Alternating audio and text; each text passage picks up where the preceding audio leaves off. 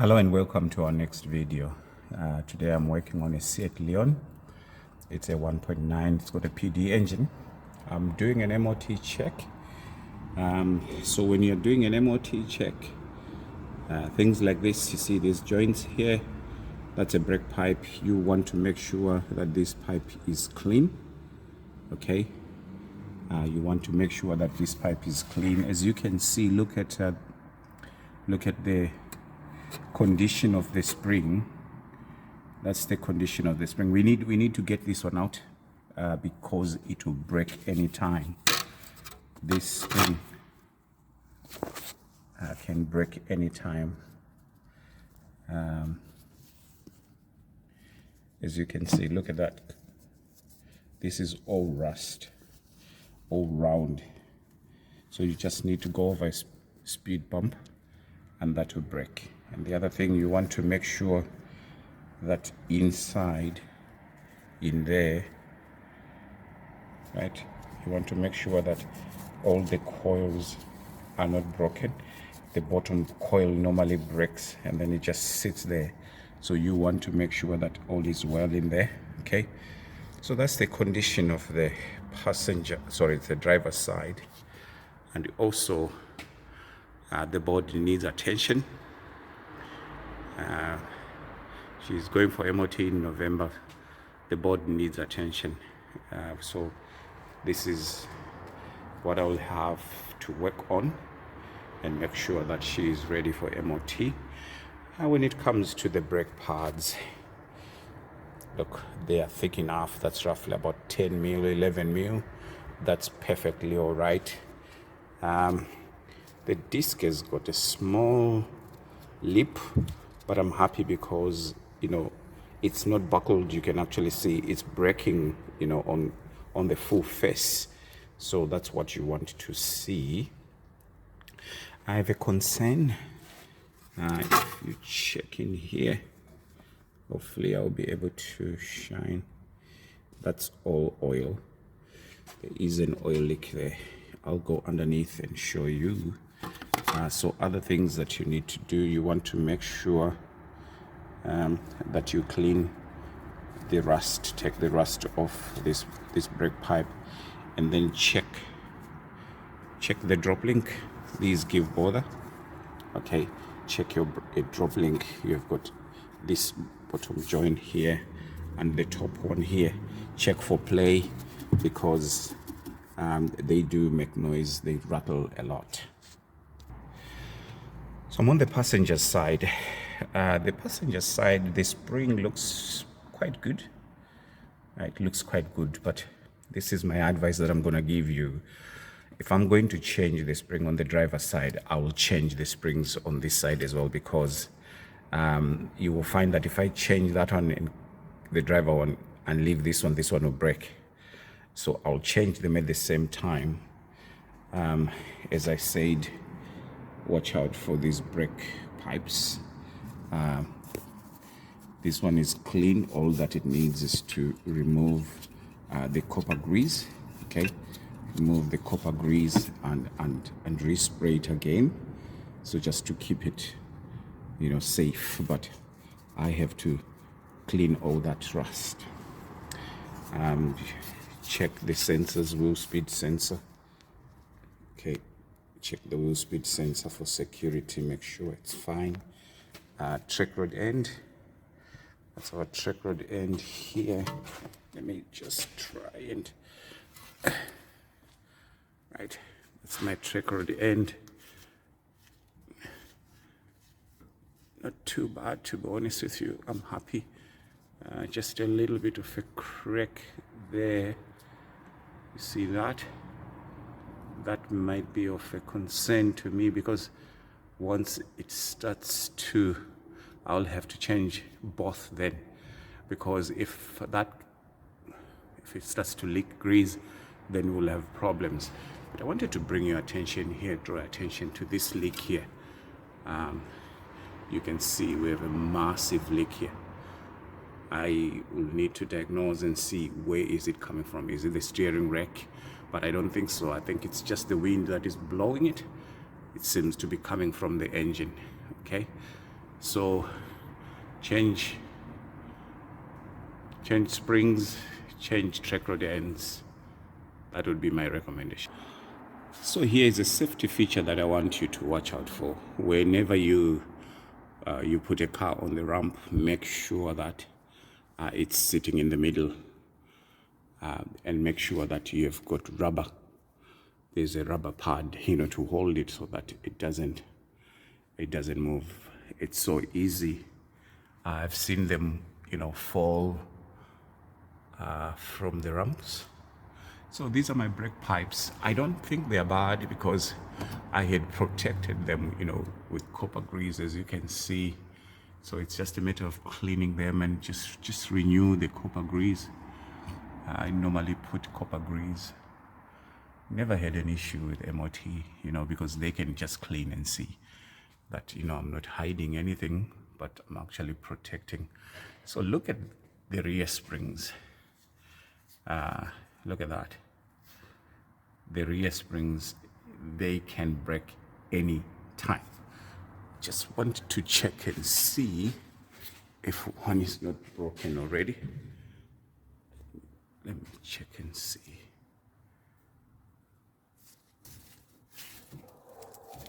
I'm checking in there to see if there is no coil that is broken. No, it's fine. It seems to be okay. Everything seems to be okay. My shock absorber is okay. It's not leaking. Right, the exhaust is all right. I don't have any issues with the security of the exhaust. You need to check and make sure these rubber hangers are not, they're still okay. They are not going to break on you. Bit of wear and tear there. So to be safe, I would change the 4 springs. The shock absorbers are still okay. I'm not concerned with the shock absorbers. So here is the leak that I was telling you about, and I think it's coming from here. Okay, you see that that sump bung here, it's not properly, it's weeping. You can actually see it is black oil, so it's engine oil. Okay, that's the color of the oil can actually help you diagnose the problem quicker. If it was gearbox oil, you can actually sometimes smell the oil. That can actually help you to know that, because gearbox oil and engine oil, they are totally different. Gearbox oil smells a lot. It smells bad. So this leak here, you will not pass MOT with this kind of a leak. There's a little bit of a leak as well here, but to be honest with you, I checked the engine, as you can see, bone dry at the top. I thought maybe it was maybe the, you can see the engine there, the block, it's dry up there. So the problem is localized here, and I want to believe that that's the culprit. As you can see, look at that. See that? Okay, that's a clue. That is a clue. So because it's everywhere, you may want to wash this engine, wash the vehicle underneath, so that you can run the engine and see where actually it may be coming from. The bushes are fine. I don't even have a claw bar, but I could be using it here. But I'm just observing here simple things. I'm using observation here. I'm looking at the gaiters. You want to look at those rubber boots and make sure that they are good. It's something that I saw here. I hope I'll be able to show you. Look at that. See that it's torn? That ball joint rubber boot is torn. Let me add a little bit of light. Look at that. It is torn. So that is going out. Okay? That is going out. I'll go to the other side and check, see if there's a difference. Look, Healthy looking rubber boot, no problem at all. Let's go to the other side. Check it from this side. No issue. This one is good. No issue. So it is up to, this is my sister's car, so it is up to her to tell me whether she wants ball joints both sides or she just wants one changed. Okay, so as for this one, I said I was gonna change it because it's beginning to go. You can see those cracks. I'm not happy with that. I'm not gonna leave it like that. So that's basically it for the front. And here's another problem that we have. The turbocharger is leaking. You know, it's pouring a lot. The turbocharger seals are gone. That's why. So what I may actually need to do is to clean all this. I may be suspecting that some bang here, yet the oil is coming from here. So I really need to be careful on my diagnosis, because just to show you that the turbo is gone, look at that, that pipe here, the boost pipe. Even here, see that? It's coming off. Did you see that? Let me show you. The pipe is actually coming off. This thing was, look at that. That pipe should be in, sitting properly, but it is now, it is coming off. I know why. Look at that. It's not sitting right. It should be, you see them screws there? This engine was remapped, okay? And because of that, these joints now can't cope with the pressure now that is coming from the turbo. See, the remapping of the engine has actually caused a lot of problems. If you put your foot down hard, this engine just goes into limp home mode, because the pressure just goes beyond what the boost pressure sensor, you know, would want to see. So it would just throw a cord straight away. And to have it like that is to deliberately get some of the boost leaking so that it doesn't overboost. This is not good. That's why you find they've actually put screws to try and secure the pipes. Okay, right, so that's it for the front. Maybe what you may want to check as well, you want to make sure that you check, this is your steering rack, okay? You want to check the steering rack rubber boots, all right? The other one here is full of oil, so it needs cleaned, okay? But that's the same engine oil that I was talking about. So, right, coming back to the wheels, I'll check my tires. Minimum tread weight is 1.6 in the UK for cars. And you are looking at these markers here, the tread wear indicators, very, very important. Once your tire is worn up to these, then you have to throw it away. Okay, so in this case, see them there, they are cast into the groove, they are tread wear indicators. Okay, they are tread wear indicators. Let me just bring some away. There is another lot. Okay, quick, but this tire is good when I'm looking at the thread, and on the inside it's not too bad. I'm happy about that. Then I come to passenger rear. I can't complain. The tires are good, as you can see. Is enough. Look, there is enough depth there. No problem. When I check on the wall, just to inspect and make sure that everything is okay, I have no problem with the wall of the tires here. They are not scuffed, they are not, they're not damaged, so the wheel is safe. So I'm still continuing with the visual inspection in preparation for the MOT. Here is something here that I want you to notice here. You see that orange light next to the indicator flashing arrow? It is a symbol that shows that there's a bulb that is out. Okay? It stays on as long as there's a bulb that is out. But I want you to watch the other way you can tell that there is a bulb that is out, especially if it's an indicator bulb, right? You watch the flash rate of that arrow. What I'm going to do, watch,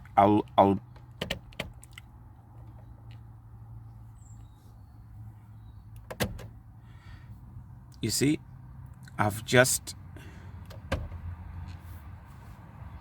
now indicating to the left. Look at that flash rate. Do you see that? It is constant. Because the indicator flash rate should be between 60 and 120 per minute. Okay? That's what it should be. That's the allowable, the permitted rate, flash rate. So let me go to the right side. You check that. It's only that we can't hear the the flasher unit here. Okay? Some of the cars, whenever the indicator is working like this, you hear the clicks from the flasher unit, but this one is quiet. You could have heard that audible sound that something is abnormal here. It goes quicker. So if you count those flashes per minute, I can assure you that you'll get more than 120. Okay, so that's another way of telling you that an indicator bulb is out. So what we want to do, I want us to, I'll go outside the vehicle and check which one it is, so that we can confirm that fact. So this one is working. Here's the rear one, working fine. So I've established that it's the front one that is not working. Okay, you can tell by how quick it flashes. Remember I said 60 to 120 per minute. So a bulb has been fitted. You can see now that the indicator is working. So I'll take you inside just to confirm. Now you can look at the flash rate. It has normalized. That is normal. And that the bulb symbol is away as well, it's gone. Okay? So check on this side. Normal. So they are the same both sides. The other one is not racing fast like it was doing before. Right, this is honestly at Leon. I thought I should just, it's a 2007. I thought I should just try and share that with you so that you know how to tell if you've got an indicator bulb that is out. Flash rate will tell you quicker.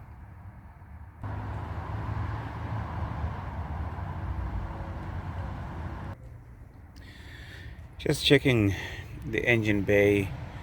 Everything seems to be secured okay. There is nothing that looks amiss here. So, and I don't have any engine management lights. I don't have any water leaks or fuel leaks from the fuel pipes. No, I don't. So I'm happy with what I see here, and I've been driving the car as well. The performance of the engine seems to be okay, except for the leak that I showed you earlier on. A 30 socket to take it out, 30 socket and a ratchet, and down there silver one. That's the oil cooler. Yes, it's not leaking, everything is fine. Maybe the next thing that I would want to check would be my the belt, the auxiliary belt, just to make sure that I'm trying to see if I can focus here, but yeah, it is let's see, it looks good. It actually looks good, no cracks, nothing, so I'll keep that one. Alternator looks secure, everything is fine, fluids are okay, topped up okay. So yeah,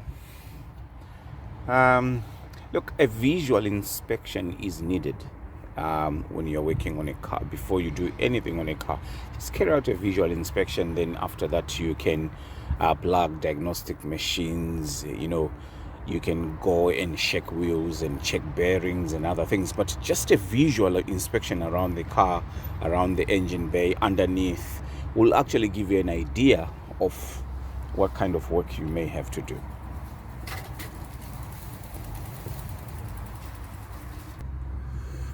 Just something that I want to add here. You see that BXE? That's the engine code for this engine. So if you're asked for an engine code, this is the engine code. This is where you find, this is the timing cover right at the front of the engine. So on the timing cover, that's where you find your engine code, mostly with these Volkswagen, Seat, Skoda. That's where you that's one area where you can find your engine code. So they come differently. This is a BXC engine. I've had bad experiences with this engine. Camshaft, sorry. I had to change camshaft buckets and other things like that. So, but touch wood, this one is still fine. This one is still okay. So, if you have any questions, if I left out anything, I've simply done an overview, of a visual inspection. I could do more, but just for today, this is what I have for you.